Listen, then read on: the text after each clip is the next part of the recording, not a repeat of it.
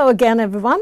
This week we meet another eminent personality from the medical field who's a leading endocrinologist and a consultant physician in Australia, Dr. Indra Jayasuriya. Welcome to the program, Dr. Jayasuriya. I'm aware that endocrinologists diagnose and treat disorders that impact the endocrine system. In layman's terms, what exactly does that mean? Thank you for asking that question, Noeline. It is a quite complex term. So the endocrinology means, this is coming from the Latin, so that means this is due to something called hormones in our body in a layman's term, or special chemicals which communicate between different parts of the body, so which carries in your blood. So that's pretty much endocrinology. So the endocrinology is a study of those type of chemicals, how it affects different part of the body, and when something goes wrong with this system, it causes the disorders. So basically the study of these disorders called endocrinology, who looks after people with those problems called endocrinologist. So, endocrinology is completely about the treatment of disorders arising from the hormones. Is that right? That's right. And I suppose diabetes is one of them?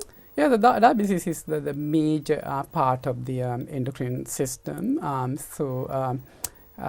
We have a special organ called pancreas, which secretes insulin and many other hormones, which tightly regulate blood sugar in our body.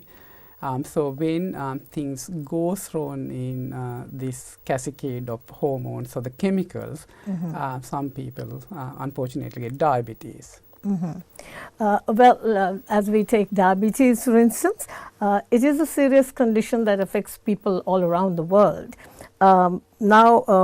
Are there any new strategies that have been introduced to overcome diabetes or to control it? Yes, diabetes has been there for a very long time, and if you go back, previously, people used to die from diabetes prior to 1922. In 1922, they first discovered insulin by scientists called Best.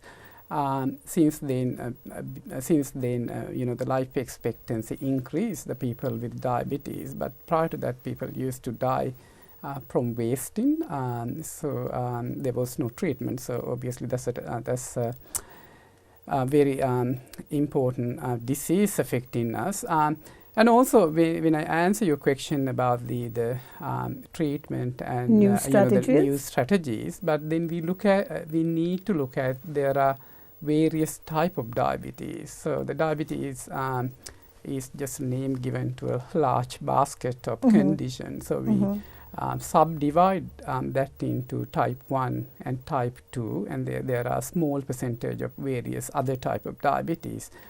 So the type 1 diabetes mainly onset in the childhood or the adolescence, but there are small percentage when we are adults also we can get type 1 diabetes, which has a particular special type of treatment, and then they always need insulin. So the type 1 diabetes, they need insulin. They need insulin from the onset. So that's because our pancreas cannot produce insulin, which inflamed, which causes the degradation of particular cells which secrete insulin. So they cannot live without insulin. So whereas today we deal with type 2 diabetes, there are epidemic or large proportion of people have type 2 diabetes due to lifestyle, as well as obviously there are strong genetic predisposition for type 2 diabetes as well. And then there are other type of diabetes, people who has condition called pancreatitis, which can cause by excess alcohol consumption, or the stones in the gallbladder. If they have a severe pancreatitis, they can also develop diabetes. And there are very small percentage of people have diabetes due to surgically removing pancreas mainly for the pancreatic cancer. Now, diabetes comes on because of a diet problem, or is there some other reasons for it? As I mentioned before, so depending on the type of the diabetes, there are various causes. When we talked about generally diabetes or the mature onset of diabetes, or the other words type 2 diabetes, which is predominantly, the onset is later, but these days that tend to onset much earlier because of the lifestyle issues.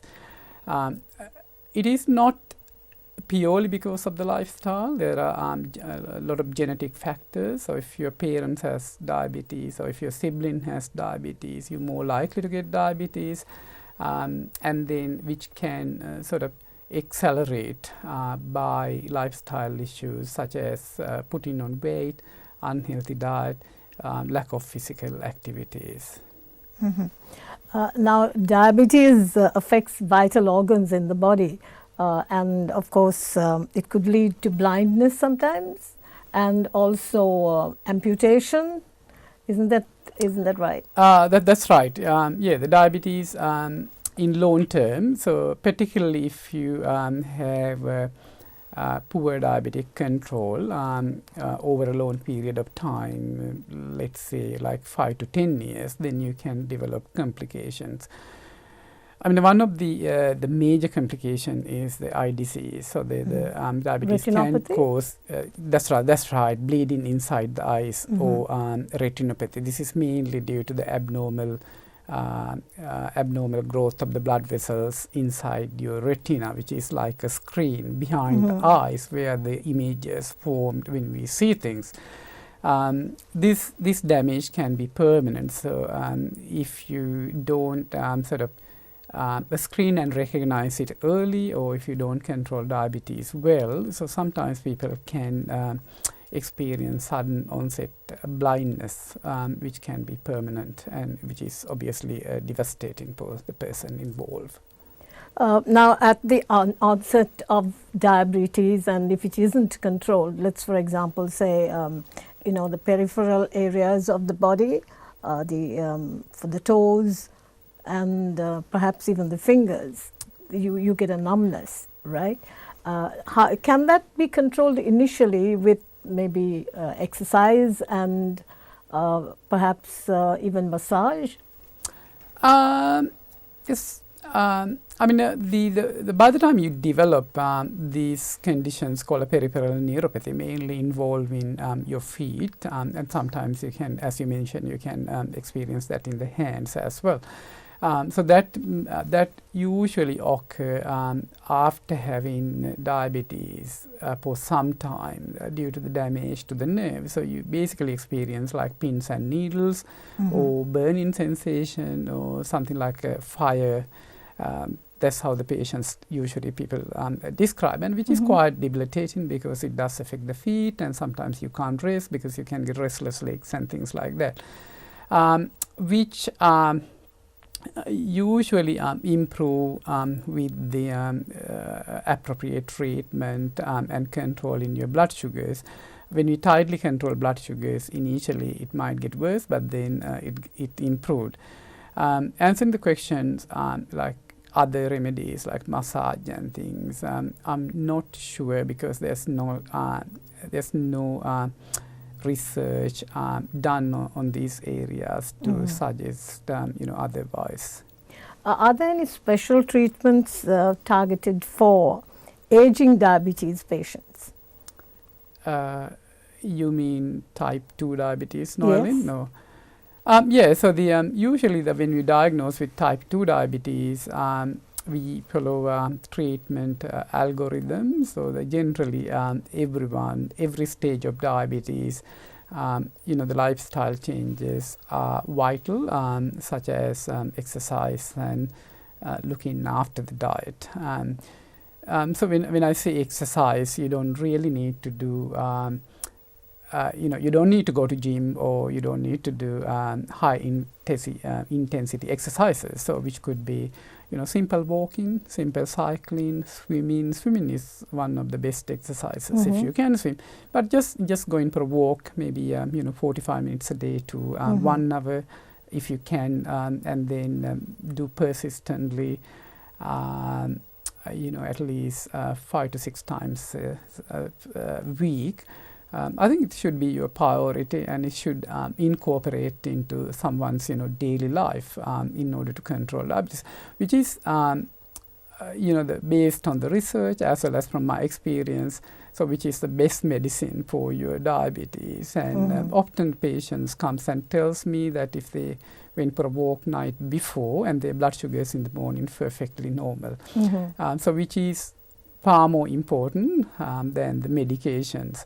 And then obviously then you need to attend to diet as well, which doesn't mean that you have to follow a strict diet, day after day after day for the rest of your life. So it's a good thing you brought that up, because I was just going to ask you, as a specialist who attends to diabetic patients, is there any kind of time when they could eat a little bit of sugary stuff? Yeah, of course, maybe of course you can, Noeline. Like so it's not, very strict. It's not very strict day after day after things. For example, say, how often could you eat an ice cream or have sugar in your coffee? Probably I would say never. No, that's not true. But look, I think that's very important thing. I think we have to remember, because we're dealing with here chronic illness, diabetes, because unfortunately, some people develop diabetes, particularly people coming from our part of the world, South Asia. So they develop quite early, like 20s, late 20s. And then if you look at someone's, life spectrum, so they hopefully they have to live another 50, 60 years at least. Yeah. During that time, you cannot adhere to a very strict regime, because you have to balance between, lifestyle versus the disease control, and then, you have to achieve the quality of life too. So I would say in my practice, and generally all the endocrinologists in Australia normally recommend, you have a balanced life, and then you can enjoy the life. And with young children with type 1 diabetes, we say if you attend a birthday party or if you go out, so you just eat normally. You can have a piece of cake. That's right, like Christmas and all those. Maybe probably once a week you can eat something pleasurable, but then not every day. I think even if you don't have a diabetes, we don't indulge heavy meals every day. So so it's just working out the balance between enjoyment versus looking after yourself. And I guess if you decided to indulge, maybe the other thing to do, maybe go for extra walk on that particular day, or maybe do extra gardening or something like that. Yes, of course, I think you have to live with it, and then you have to maintain the quality of life. So that's paramount. Otherwise, no one going to stick to your treatment. Thank you, Dr. Jayasuriya, for giving us the information that you did about endocrinology, and particularly this time we spoke about diabetes. I think we could continue that on another week, because it is a very large subject, isn't it? And that's right. Yeah, so we could perhaps continue that next time. So thank you so much for joining us today. Today we met Dr. Indra Jayasuriya, an eminent endocrinologist and consultant physician, who gave us some valuable insights on especially diabetes and endocrinology that is concerned with diabetes. Thank you for joining us. I'm Noeline Hunter. We'll catch you again very soon.